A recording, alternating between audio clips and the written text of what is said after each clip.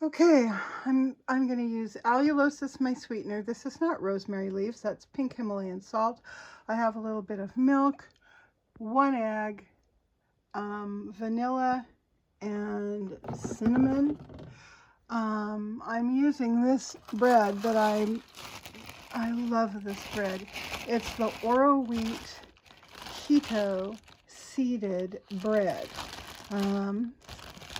That is 50 calories and let's see how much, and 2 grams of net carbs. So that'll be 4 grams of net carbs coming from this. But outside of what's also in the milk, let's see, what is it? What are the carbs? 12, but that's in that's a cup, and I'm only going to be using a splash, so I won't add that much in the way of carbs. So anyhow, I've already got my allulose and my salt in my container. So now I'm going to break my egg in there, and I'm just eyeballing all this. I'm going to put a little bit of vanilla, and I'm going to shake some cinnamon.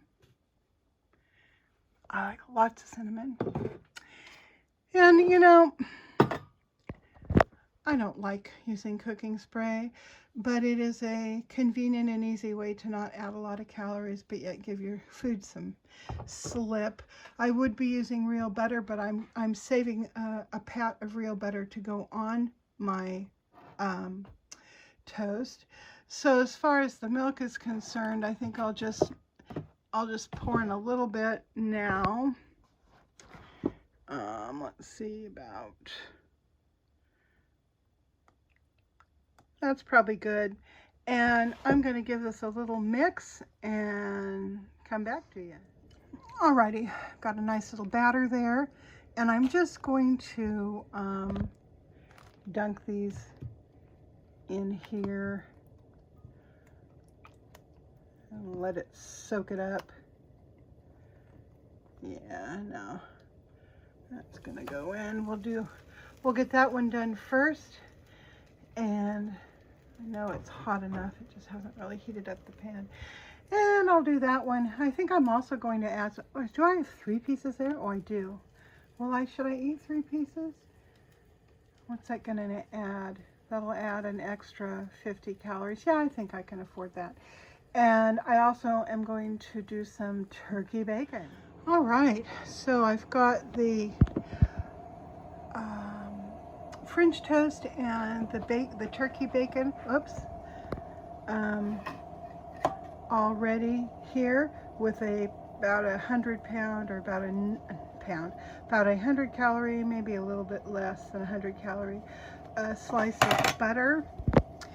I'm making myself some coffee. Thank goodness Grant keeps us supplied with bottled water. We rarely use it. We generally give it away, but for on a day like this, you're glad to have a couple cases. And I'll be making my instant organic cafe altura, which I really like, with a couple of tablespoons of vital protein, and that adds another 2 grams of carbs. So what I'm looking at here is about a 6 carb meal with butter and with maple syrup, sort of, and bacon. And I'm bringing this whole thing in for just shy of 450 calories for my morning meal. Yeah. If you have a bad night and horrible dreams, which I did last night, and you don't have any water, what do? You make yourself an indulgence. There's so much more I have to do in the office, but I thought I would sit here and eat my breakfast with you guys. And just kvetch a little bit. I'm not kvetching at anyone particularly. I'm kvetching at things like not being able to sleep real well, having nightmares that run along constant themes when I do sleep. Nightmares are are a nightly routine for me now. I do not sleep without having nightmares. Sometimes they're not terrorizing. They're just bad dreams, difficult dreams, dreams that make me unhappy or stressed or sad or scared. Sometimes they're full-on night terrors. And last night was a distressing, scary, upsetting dream, not a terror, centering around this business that I used to be involved in. I was a shareholder, a smallish business, but big enough that it had a board of directors and about 30 shareholders. And it provided a lot of work for anywhere between 25 and 45 people, depending on the time of year. Anyway, I've told this story before, so I'm going to just give you the Cliff Notes. I found evidence of malfeasance by the power that was, and I investigated it myself. I found more evidence. I took that to the other shareholders and said, here, look, this is what I found. What do you guys want to do? Well, they said, let's investigate it a little further and decide. So I did. I hired a lawyer on my own dime, and well, my dad's dime. The company didn't pay for it, let's put it that way. And dove into the evidence that I had found, only to discover that it had gone back years, and it showed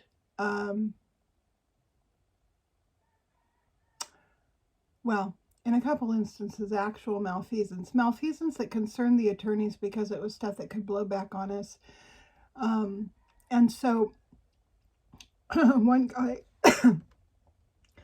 I was still struggling with, how to put all this information together and give it back to the shareholders. And he looks at me and he says, listen, he says, based on what I see here, he said, you need to just shoot this place in the head and bury it in the backyard. That's what you have to do. Kill it as soon as you can. Because if you don't, and you're audited over some of this stuff, you could get in trouble. So, I did. That's what I did. I went back to everybody and had another meeting, and I said, listen, this is what I found out. I'm happy to wield the weapon of destruction on this place if you want me to. If not, I'm going to go ahead and put in my notice because I've got some other jobs that I need to apply for if I'm going to find a job, to get me through.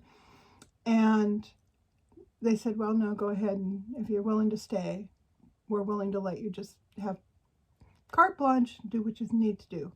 So it took me about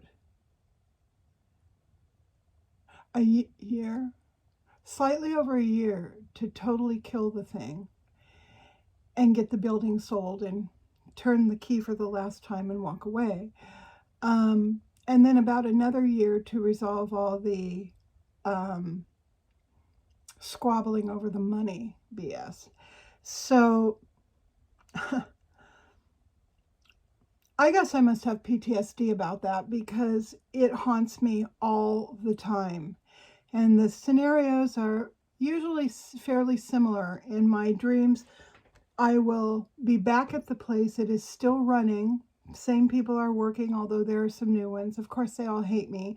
I will walk in to get something or do something or deliver something, and, very stressful. Then bad stuff will happen while I'm there. Sometimes I'll go at night because for some weird reason I still have the keys. And I'll discover odd things happening. Like last night I went in at night. I discovered one of the other employees who was new, he was a printer, and he was working at a printing press alone, which he would never do. And just real smug and kind of baiting me. And I saw what sounded like a kitten run across the carpet, and I I kind of followed it and it was meowing. I picked it up. It was extremely fat. It was real round with little tiny ears and a little tail, little feet, and about this big. I pick it up and I look at it and it's got a kitten's face, but I realized that it wasn't a kitten. I figured it was either a vole or a mole, one of those little animals that has really super tiny eyes that don't like the light. And I figured it was disoriented because it had run into a room that had light. So I pick it up and I'm like, oh yeah, that's so sweet. And it wasn't trying to bite me or anything. So I turned it around and headed it towards the hole that it had come through a wall. And the printer dude walks over, he picks it up and he bites its head off and laughed about how funny that was. Awful. And so then I'm like, oh man, okay, I got to get out of here. I got to get whatever I came for, and I can't remember what it was. And I hear somebody in the other room, and it's one of the other employees, an office employee. And this office employee was very stressed out because she wasn't supposed to be there at night, but she had to be there for some personal reason. And she was none too happy to see me. And the next thing I know, the sun is coming up, all the employees are pouring in, and here I am with, bloody hands because I'd picked up the vole and taken it and shoved it in its little hole. Figured the other voles would take care of it. And there's paperwork around and things lying, and here these people come in, and I'm like, oh God. Everything I'm doing here is correct and acceptable, but I'm going to get a ration of crap from these people, and I just want to get the heck out. So I ran down the corridor, and as I was trying to leave from an alternate exit, all of a sudden the door breaks down, the door being one of those big, huge roll-up metal doors. It's broken down by a mad crush of people, angry protesters. And I'm not sure what they were protesting, but boy, were they angry. It had something to do with education, because that's what our company was about. And so they rushed by me, and with guns and knives. I mean, they were going to slaughter everybody in the place. And these people are coming in another entrance. I don't know why they didn't notice the crowd. Anyhow, one of the ladies, she looks at me, protesters, female protesters. She looks at me with this maniacal look in her eyes. She looks me up and down and she says, "You're all right." And they let me pass. So that was last night's nightmare about the previous place that I worked. I'm letting my breakfast get cold. So that's a nightly occurrence. And I dream about that place at least once a week. So, damn. So I figured that French toast and turkey bacon and all of this alternative sugar that isn't sugar, but it also isn't chemicals, and some protein coffee would help.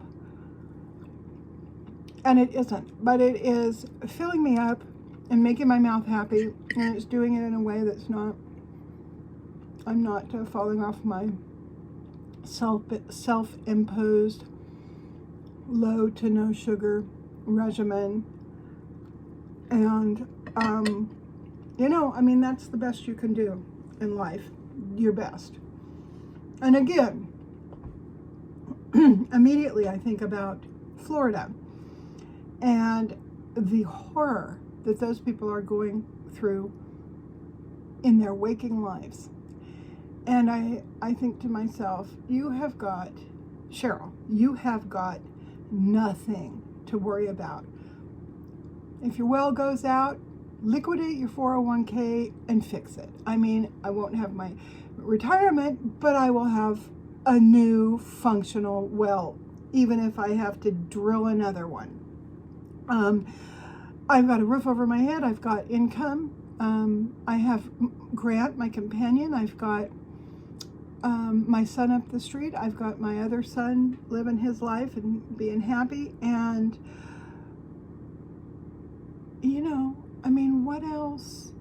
what else really can you ask for for basic asks.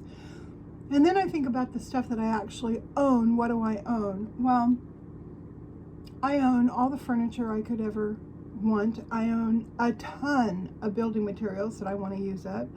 I own a ton of tools and craft supplies and art and books and family heirlooms and